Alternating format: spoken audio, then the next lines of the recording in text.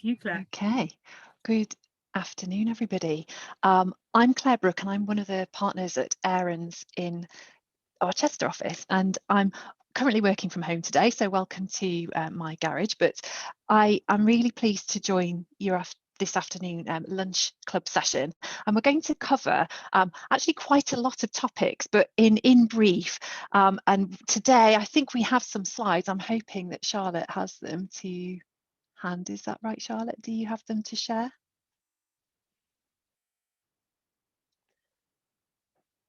Perhaps, or maybe Debbie, do you have them to share? Yes, perfect.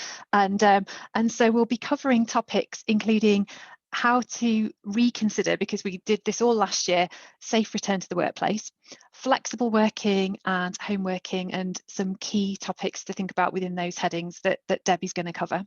Then I'll look at lateral flow testing, vaccinations.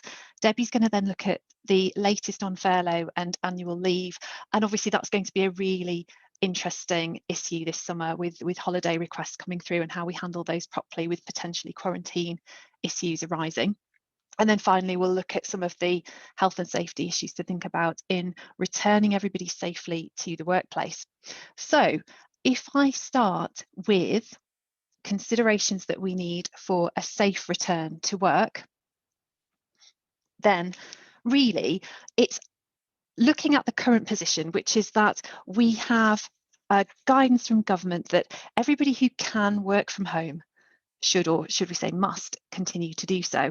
And we expect that to remain in place for the next few weeks. It's certainly not going to be eased before the middle of May, potentially could continue to June, and we'll obviously update you all as soon as we hear anything further, and no doubt it will be all over the news as soon as there is a further announcement on any easing of those restrictions.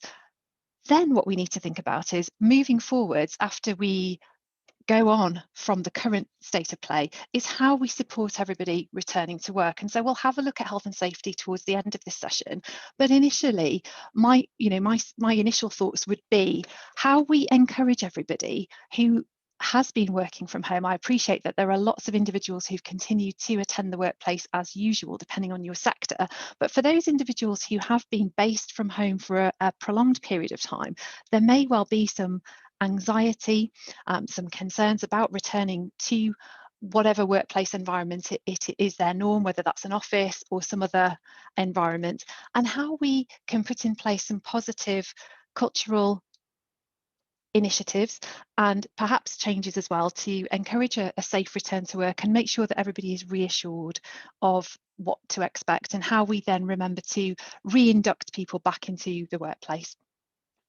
And we also need to think about maybe the fact that some individuals will be wanting to continue to have a flexible arrangement, and Debbie's going to cover that today.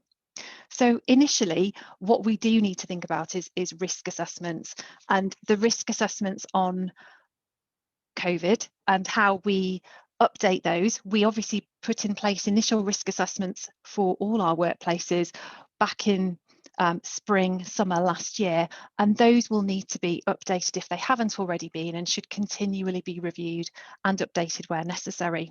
Remember that if you have 50 or more employees, you must update your risk assessment publicly, so you need to publish it, and obviously a really good idea is for you to consult with staff about that. So I think we're on the next slide now, Charlotte, if you, yeah, perfect, thank you very much. And so when you undertake a risk assessment, make sure that the person or group of people who are undertaking that for you within your organisation is a competent person according to the legislation. That's really crucial. It shouldn't just be anybody who hasn't been properly trained or doesn't have the appropriate level of understanding or experience of how your workplace works and the relevant regulations and legislative provisions within the health and safety arena. So that's also really important. And where you're updating and reviewing your risk assessment, also think about other key policies such as your data protection obligations, your confidentiality obligations, and of course we'll look at the wider areas as well, including mental health later. So moving on, I think we'll now look at flexible working. Hi, morning everyone. So yeah, moving on to sort of flexible working patterns. Obviously the pandemic forced businesses to adjust to remote working very suddenly just over a year ago. And since then we have seen a dramatic change in how both employers and employees have adapted to flexible and agile working practices. So I'm sure after the initial shock, though, many businesses have been quite genuinely surprised at how easily that they've been able to adapt and their employees have been able to adapt from the agile working. And with many businesses reporting seeing an increase in productivity, reduction in expenses and costs with less travel, and also it's been helped with the availability of things like video conferencing. And therefore, I think before the lockdown restrictions completely ease and we hope to sort of things to return back to normal, now is a really good time for employers to sort of reflect on what the business needs are in terms of going forward and what do they need? Do they need to return to fully workplace working? Can they look at more of a flexible approach with a mix of home working and in the workplace? And I think the last year has opened up a number of creative and effective ways of working that can benefit both the employer and the employee. And I think a lot of businesses, certainly that I've spoken to, have acknowledged that there's probably a benefit of continuing with a mixed approach going forwards rather than it all being at home or all being in the workplace. And then I think the other thing as well that employers really need to consider before bringing workers back, whether that's full-time or you know, on a phased return, is the physical, emotional and mental well-being of the workforce when considering them returning to work. The last year has clearly caused a lot of disruption, and people's expectations with regards to how they fulfill their role, how they juggle work and domestic responsibilities may have changed dramatically, and suddenly changing to something quite different may be very difficult for them to adjust to. Every business is going to be very different. What works for one organisation may be very different to what works for another organisation, and equally within an organisation, what works for one team might work very differently for another team. So I think it's really important now for employers to really reflect across their workforce as a whole and consider what may be needed going forward, and then balance obviously the needs of the business against those of the employees. So there's two questions here which have quite similar sort of considerations. So the first one, if an employee has been working effectively from home since the outset of the pandemic, can I still require them to come back into the workplace? And secondly, can we require them to work from home if they want to return to the office? And as I've just mentioned, there are benefits and considerations to think about before making a bold decision with regards to, is there going to be a blanket working from home going forwards, or is there going to be a blanket return to the workplace? And just remembering that not one size fits all. Many employees and employers' views on where, when and how work can be done has changed during the pandemic. And a lot of people do prefer that work-life balance. And even if their contract states that they need to come into the office or they should be in the office, the thought of suddenly being requested to come in every single day may be actually quite a shock to the system, and it might be quite daunting for them.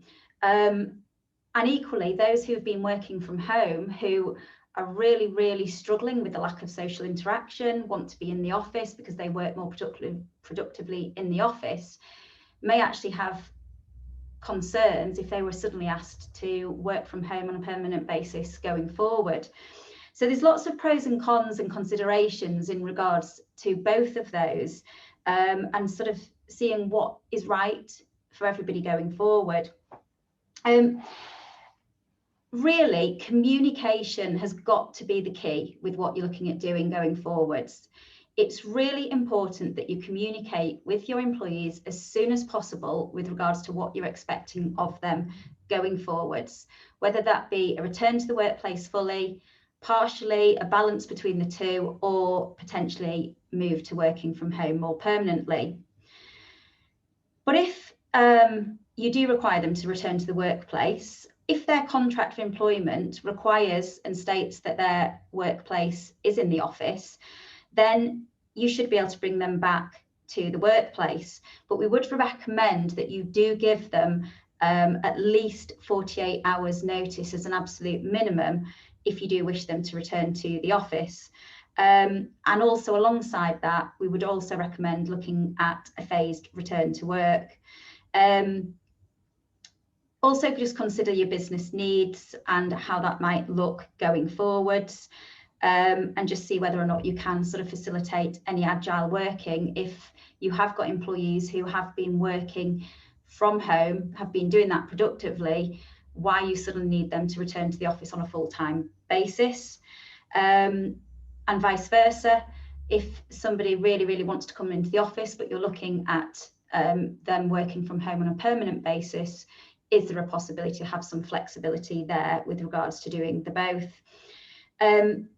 The other considerations as well with regards to looking at them coming back into the office and doing that effectively.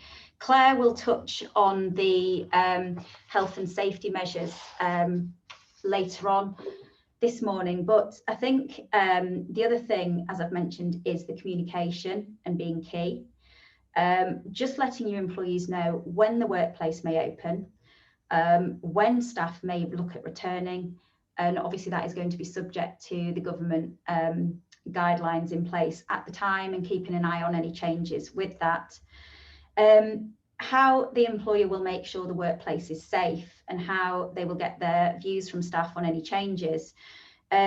Obviously ensure any risk assessments are up to date, and that might include also carrying out any individual risk assessments as well, perhaps where you've had individuals who have been shielding. And it's really critical that any risk assessments are communicated to employees so that they know about them and they know the results of those risk assessments. Also, consideration should be given to how employees are going to travel to and from the workplace. Many employers who've been open during the pandemic and have had people travelling to work have looked at ways in which there can be flexibility around the start time and finish time. So anyone travelling on public transport can look at travelling outside of peak hours.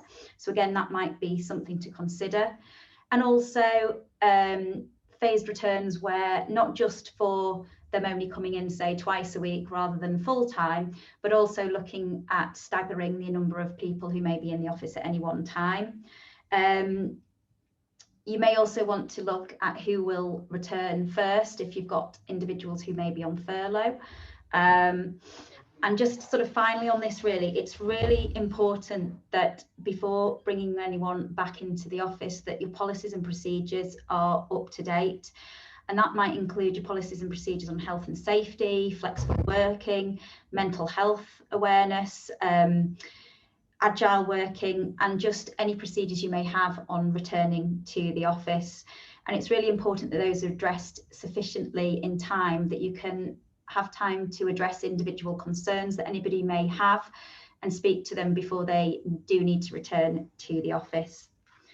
I'll now pass you over to back to Claire for lateral flow testing. Thanks, Debbie. I mean, just going on that exact point, I think obviously the key is to also discuss with your directors and leaders within your organisations, because they are really dictating the agenda in terms of location of work and style of working. And I've seen very many different approaches in the different types of clients and sectors and the different makeup of directors and boards that I'm looking after as part of my client base. I think the one thing that we can all learn as part of the last 12 months is that there's a way of doing this really successfully, and there is a way of arranging flexible and agile and home working that is productive and has huge benefits for all. And I think what it's really important to remember is that if somebody isn't performing, that's a performance issue, not necessarily a home working issue. And if that's one takeaway from today, then I hope that that's useful for everybody to consider. In terms of lateral flow testing, it says here, are we able to, sorry, not AMS, apologies, are we able to require our employees to take regular lateral flow tests? Well, the answer is that up until the 12th of April, there was a blanket opportunity for employers and businesses to obtain free lateral flow testing kits up until the 30th of June, if they registered for those within that deadline and time frame. So if you did register, you can order those test kits for your workplace and for use within your workplace up until the end of June this year.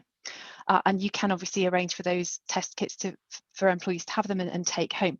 If you didn't meet that deadline, you can either pay an approved provider to obtain the kits, or alternatively, individuals can now apply directly in their own personal capacity directly with the NHS for their own kits, and you can buy, I think it's 2 packs at a time that you can obtain, and within that pack there's 7 tests. So interestingly, it is an option for your organisations should you wish to adopt this. So that's the latest on lateral flow tests. I mean, clearly it doesn't have a guaranteed result, but it does clearly have an indicator, which if there is a positive test, then gives you the opportunity to go get that PCR test as well. So if you would like a little bit more information on that, or any of the links to the relevant sites, we can obviously forward those as a follow-up to this session. Okay, moving on to now the next slide. So that is, interestingly, on vaccination. So can we adopt a no jab, no job policy? Well, this has been widely reported. And of course, we have, it's Charlie Mullins, isn't it, in Pimlico Plumbers, who's been very vocal about his intentions with regard to his workforce, and a number of other employers who are fully intent on introducing this policy. So is it reasonable? And of course, it's going to depend on your sector, isn't it? And so it may well be reasonable, and I can see very much that there will be types of workplaces, and including sectors such as care, and potentially specific roles where individuals are required within that role, and it's essential for that role for the individual to be travelling abroad, and it may well be imposed by another jurisdiction for that individual to enter that location, for them to have a vaccination in order to gain entry into that particular location. It may be then that there is a requirement for a vaccination. So we'll see whether or not these companies do introduce them. And at the moment, as we're all aware, the government has currently commenced a consultation process, and that's ongoing at the moment. It's due to, I think we're about 2 weeks into that now, if I remember rightly, and so there's another perhaps 3 weeks to go on that consultation process, in which they're looking specifically at care homes and whether or not they will mandate vaccination programs for care home workers, rather than relying on a voluntary arrangement. So at the moment, it's a wait and see what the government says. And of course, if they do adopt a mandatory arrangement for that particular sector, then of course, the employers within that sector will have the right to require their employees and workers to have a jab. In respect of wider sectors and beyond care into other regimes, it will be a case of looking at whether you have a legitimate aim, and I think most employers will be able to establish a legitimate aim if they can show that a vaccination is going to assist in preserving life and protecting their workforce, clients and others. It's whether it's then proportionate for the type of environment that you have within your business, and so obviously that will be assessed on a case-by-case basis. And I talk about legitimate aims and proportionality specifically in relation to indirect discrimination and potential risk there under the Equality Act, and potential claims that people may have if they have protected characteristics, and consider that this type of rule, practice or requirement would be a PCP that could impact on them. And obviously there are many types of protected groups that could be affected: age groups, those with disabilities, potentially those with religious beliefs, and so there are a number, and of course you have protections for those who are pregnant and or on maternity leave. So it's a wide group of protected individuals that may have concerns about such a policy, and that's not even to mention the potential human rights issues that surround the requirement to have a jab, and whether or not they may come into play potentially for particularly public sector employers as well. Obviously, if you have existing employees who are have qualifying service for protection from unfair dismissal, again, that's another consideration to bear in mind. So if you are considering introducing such a policy, then please do obtain some advice, because number one, you probably don't want to be a test case. In the majority of scenarios, when I chat to people, that's a given. That could be expensive and also very widely reported, and so all eyes of the world would be on the first test case on this, and so it'll be interesting to see how it plays out. I wouldn't be surprised if the consultation does mandate vaccines for a small group of sectors. I don't know about you, Debbie, have you got any thoughts on it? But I think probably. Yeah, I can imagine that being the case. Yeah. I think it is a bit of a wait and see, isn't it? With absolutely right, and so do look at what is absolutely necessary before you go straight into this. And I think obviously it does say here, consider less intrusive means of protection. So of course, as part of your COVID risk assessment updates and reviews, do look at whether or not actually there are further measures you can put in place that are less intrusive than a required vaccine, such as social distancing, ventilation, etc., and extra hygiene measures. Okay, so that's on vaccinations. So back over to Debbie on furlough. Thanks, Claire. I imagine that for most organisations, if they have been utilising furlough leave, then they probably already have done so and are probably not likely to be just putting them on furlough leave now. But that is still an option. And for any period starting on or before the 30th of April 2021, then the rules have not changed. However, for any period starting on or after the 1st of May 2021, an employer can claim furlough for an employee who has been employed on the 2nd of March 2021, provided they have made a PAYE submission to HMRC between the 20th of March 2020 and the 2nd of March 2021. So it is important that employees to note that they do not need to have previously claimed for an employee before the 2nd of March 2021 for a period starting after the 1st of May 2021, but they must meet that criteria. If you just move to the next slide, please, Charlotte, thank you. If employers are looking at introducing furlough leave going forwards, or even if they already have individuals on furlough leave and want to continue with that, then it's just, I think, important to remind you of the increase in the employer contributions that will be coming into place going forwards. So up to and including June, the employer contribution remains at the 20%.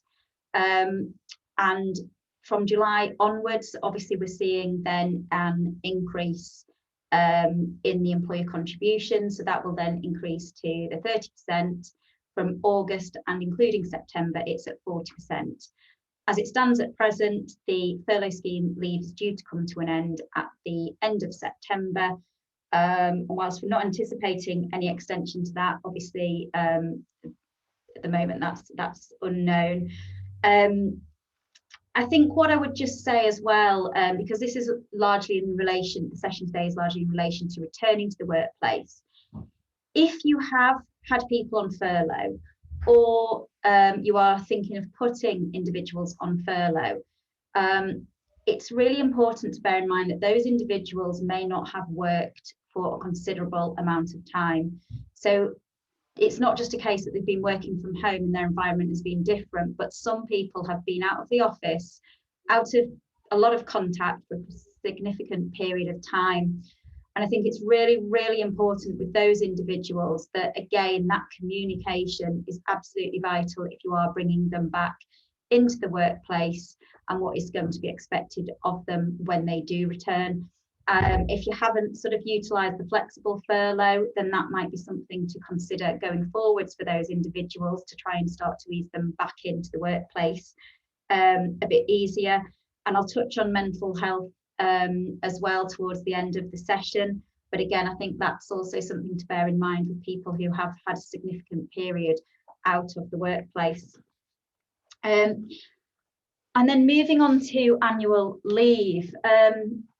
Obviously, annual leave requests generally in normal circumstances are just in line with what your policy is and whether it's approved or not. But obviously, with the pandemic, there's a lot of confusion about whether people can travel abroad, and if they can travel abroad, will there be quarantine periods on their return? So there's a lot of practical considerations for individuals, but obviously for businesses, you really want to have some level of control in respect of, well, if somebody is going to go abroad, what is going to be the case if they have to quarantine for perhaps a period of 10 days on their return? So it's really important, if you haven't already done so, that you update your annual leave policy to deal with international travel, particularly for this year, perhaps even going forwards, and what that means for employees. So at the moment, it's looking like where individuals will be permitted to travel abroad, that there will be a quarantine period on their return of 10 days. This may be subject to change, and this may depend on where they are going to. But obviously, if somebody's going on holiday for, say, 1 or 2 weeks, to then have another 10 days off is quite a considerable amount of time out of the workplace. If obviously they're working from home and they're continuing to work from home for a considerable period, or if they've returned to the workplace, but actually they can carry out working from home for a period of 10 days, then it's probably not really going to be much of an issue. But where it is going to be an issue is for those people who have returned to the workplace and will be expected to continue working in the workplace going forwards. So it's really important to make it clear what you would expect. So are you going to expect them to take annual leave for the full period of the quarantine if they're unable to work from home? In most cases, that's probably going to be quite difficult. One, because they're probably unlikely to have enough annual leave to be able to do that. And also because it would mean potentially 4 weeks, potentially if they were off for 2 weeks, 4 weeks of paid leave. So one thing you can look at introducing is a policy whereby employees would have to take unpaid leave during any quarantine period if they are unable to work from home. But if you want to do that, it's really important that that policy is put in place and communicated to the employees before they're making those annual leave requests and before they take annual leave. Otherwise, you could be at risks of claims if they go on holiday, they've already had their leave approved, and then they return and suddenly you say you're not paying them for that period of 10 days quarantine. So again, it's really just sort of speaking to the directors, the management, the owners of the business. What is it we want to do? Are we willing to pay for that period? Do we want them to take it as unpaid leave? And then communicating that to the individuals. There's no right or wrong answer to that. It's really what you want to have in place if individuals are unable to work from home. Okay. I'll now pass you back over to Claire, who will discuss health and safety with you. Thanks, Debbie. Right, so we've talked a little bit around some of these bullet points already this lunchtime.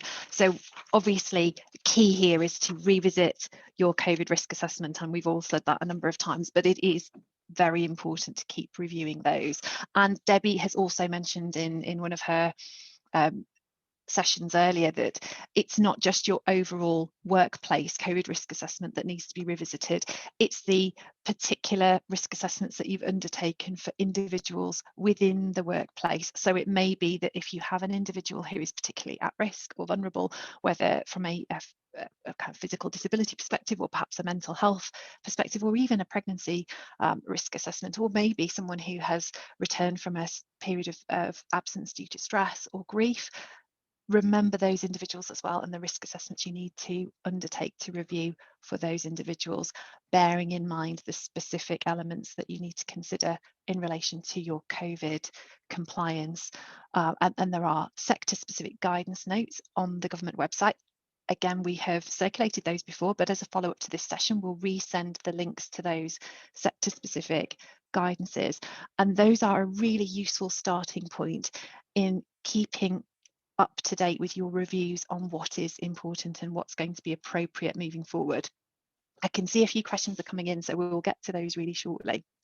So look at those individual risk assessments as well. And I have talked about the importance of having a competent person undertake those assessments and making sure that you involve employees and consult with employees as appropriate. And also a key point there is not just consult employees, but also train employees. After we had our first end of lockdown last summer, Caroline, who is on the session here, and a number of other members of our team provided online training sessions in advance of everybody coming back to the workplace, so that nobody was surprised with the change of how everything looked in the office and what the new requirements would be. And actually that's quite helpful to take away any level of anxiety. It offers that opportunity for question and answer and a bit of in-depth understanding. And so Caroline, you can add to this and pitch in as and when as you're on.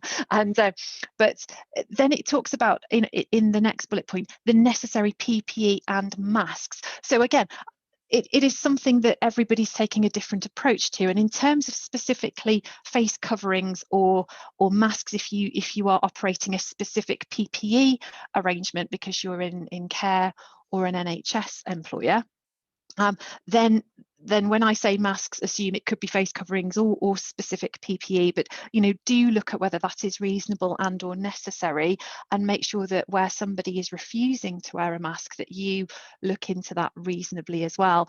Clearly there will be a number of employers who want to adopt face covering wearing within the workplace. Having now adopted it in our office, it's something we've all had to get used to a little bit in our communal areas. I did have to spend a day filming back in February, I think, was it February now? I think it was, wasn't it, when we did our filming for our roadshow. And having worn a mask all day, I now appreciate what it's like for those people who do have to work in front-facing roles and are wearing them all day. So do keep that under review and only require it where it's absolutely necessary. I say that, but there has already interestingly been a tribunal judgment on this very point, and in a case brought against Kent Foods, which you may all be aware of, where a driver was delivering to Tate and Lyle. Tate and Lyle had a specific policy that it required all people to wear masks on its sites. This particular driver refused to wear a mask and has been held to have been fairly dismissed for his refusal. For a number of reasons, for failing to follow a reasonable management instruction, and because it was a client's requirement, and because the client subsequently banned him from site. So if you're interested in that case, again, that's something I can forward to you as a summary. But do make sure you've got a reason for having face coverings, because it may be that in some of your particular environments within your sites, it might not be always necessary, and it perhaps is then something that you can review as part of your risk assessment, in line with the other aspects of reducing risk, including the ventilation, the enhanced hygiene and social distancing arrangements. And obviously there will be individuals who can't wear a mask for a very good reason, whether it's a disability or some other potential reason, and obviously do take those into account and make sure that you consult with individuals properly. However, where you've got a simple and reasonable refusal where there's no reason behind it, or no disability or anything like that behind it, you've got that new case decision there in the employment tribunal. Temperature checks on arrival, of course, that's now becoming fairly standard across the board. Social distancing, again, yes, your signs will be on show, and of course we've got hand sanitizer stations, and they're all really important. But clearly educating employees, keeping everybody bought in to your arrangements is super important, and of course making sure that if you do spot individuals who are breaching the rules, that you tackle it quickly before it becomes more widespread. Okay, on to the next slide. So really then we have to think about, you know, is it our issue if we've got individuals attending work or travelling to work? And again, that's perhaps something we can think of in terms of how we can assist our employees to provide them with a safer arrangement if we're looking at a return to work that might involve public transport. So obviously it may be that you get questions from employees about all of this, and can we help them with their arrangements? So can we adjust their travelling time so that they have an adjusted start or finish time, so that they're not having to arrive using the rush hour public transport, and things like that are all worth considering. Okay, thanks very much.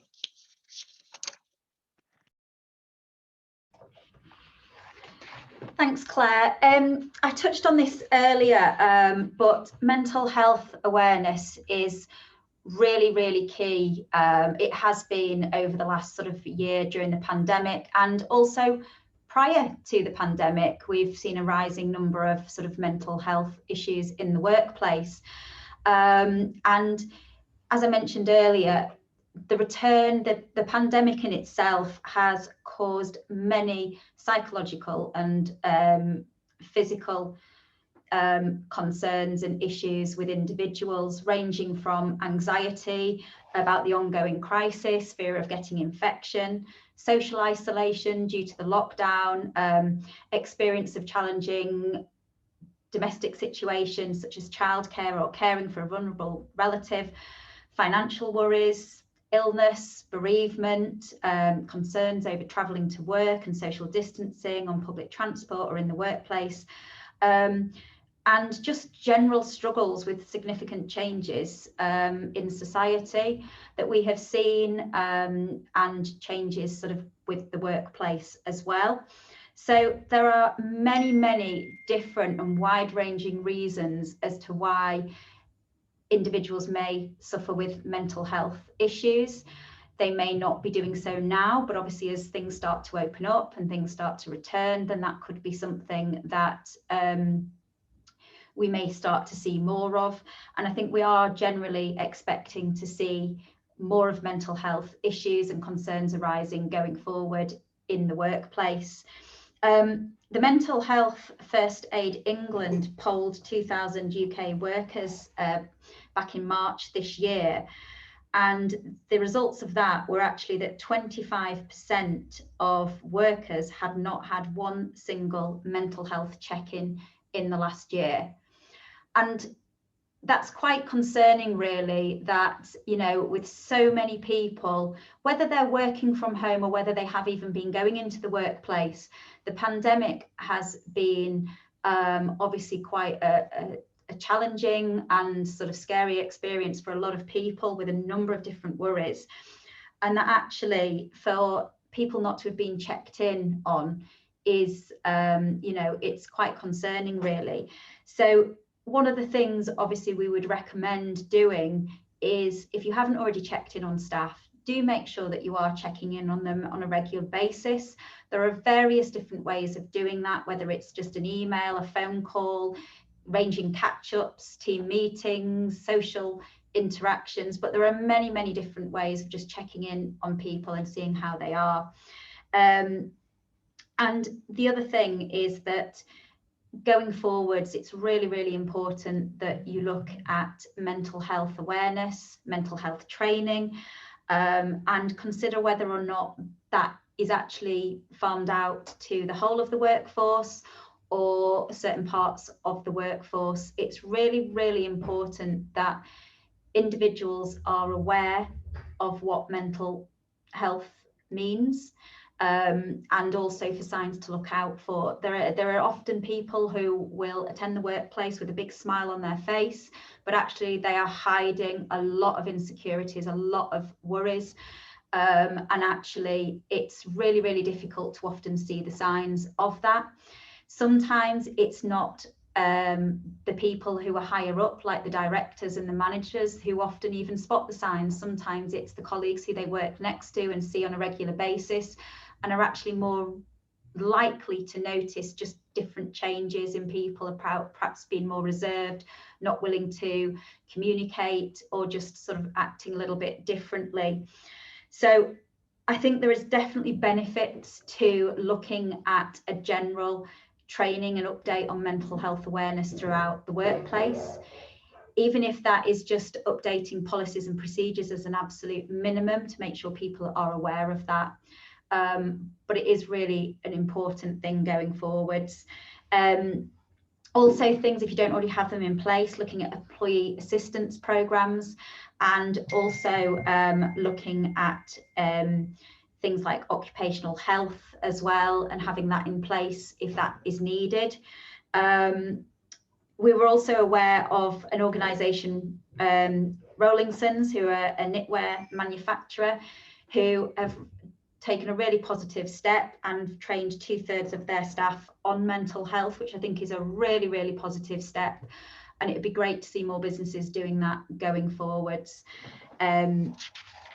But certainly if you don't have policies and procedures in place, then we would recommend looking at putting that in place going forwards. Yeah, for me, that's one of those easy wins that could form part of a really positive return to the workplace programme for 2021 for a number of employers. It fits all sectors, it's relevant, and I'm saying this because I know that one of my excellent clients is watching today and can no doubt put a link to their training programme on the chat if they would like to do so.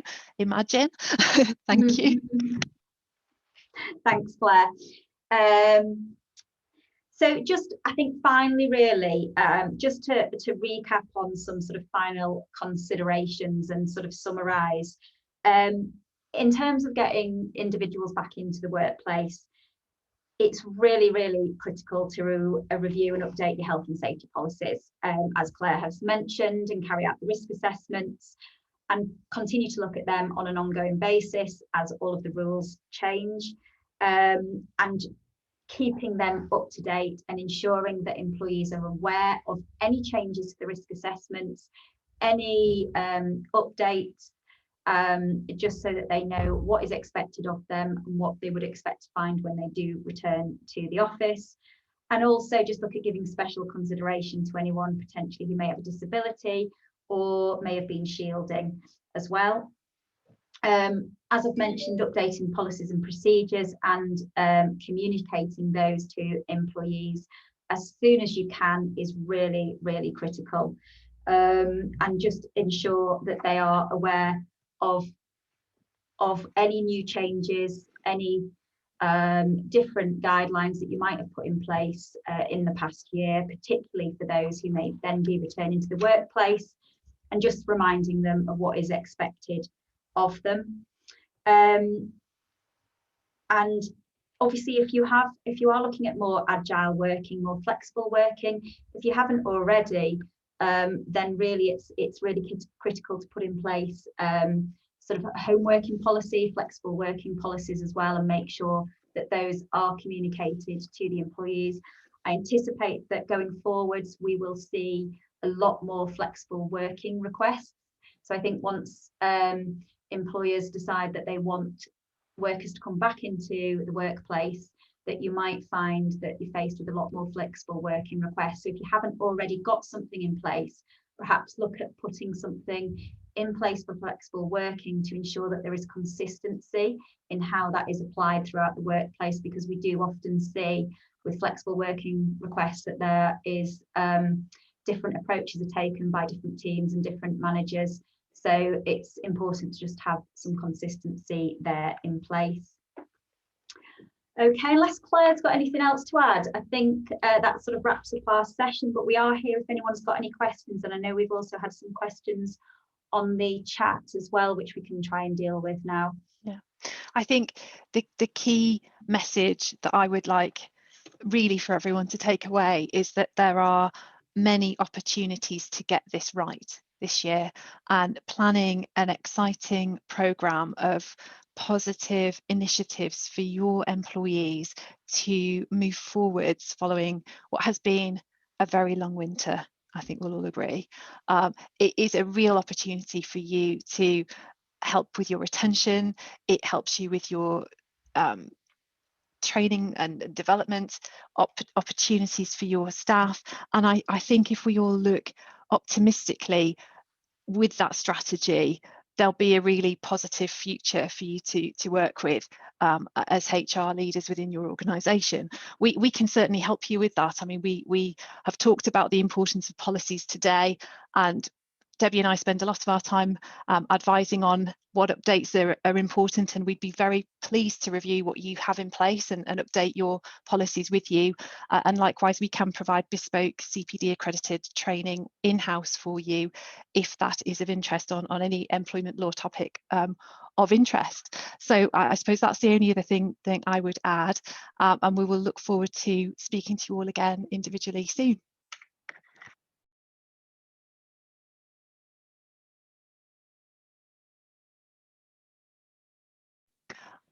And I suppose, did we have any final questions, Debbie? I know you've been answering some of them while we were talking. Yeah, I'm just answering another one now. Okay. Furlough scheme question around childcare for summer holidays. Can you still use the furlough scheme for employees with childcare challenges? Just thinking about the upcoming summer school holidays. Yes, you can, assuming the employee is eligible and you're able to access. So assuming you as an employer have the right to use the scheme, so you're not publicly funding the roles, and the employee as an individual is eligible under the current guidance at the time that you want to furlough them, then yes, that's absolutely fine.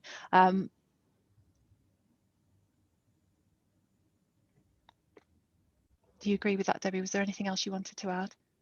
No, I agree with that. I think as long as it's sort of impacted by the pandemic, then and the eligibility criteria still apply, then you should be able to utilise the furlough. Yeah.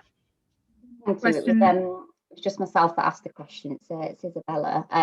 So I know when the schools were shut, that's when you were, primarily allowed to look at that piece. And that was my question, whether obviously now the schools are reopen, whether we can still consider it. So that's helpful to know. Thank you. Yeah. Another question, Justin, can you insist on lateral flow tests? Well, I suppose it depends what sector you're in, because teachers are having to provide lateral flow test results twice a week, I think, off the top of my head. So I suppose certain sectors, yes, you can insist on it. I think if you are not in a sector where it is mandated, then I think you would have to have a good reason to be able to insist on it.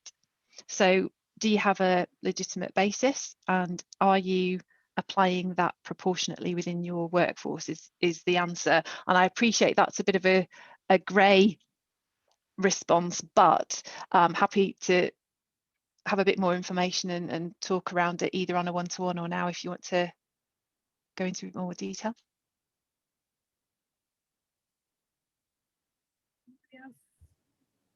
It was me that asked that question. Hi, Marie. So we're accountants. Okay.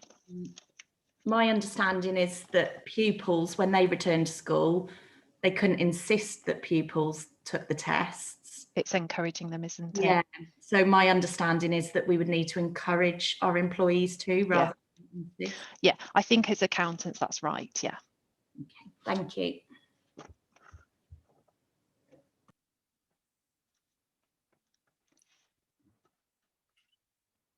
Okay, great. Well, thank you, everybody. You've been just on time, actually. We normally aim for 45 minutes for these, so it's gone well.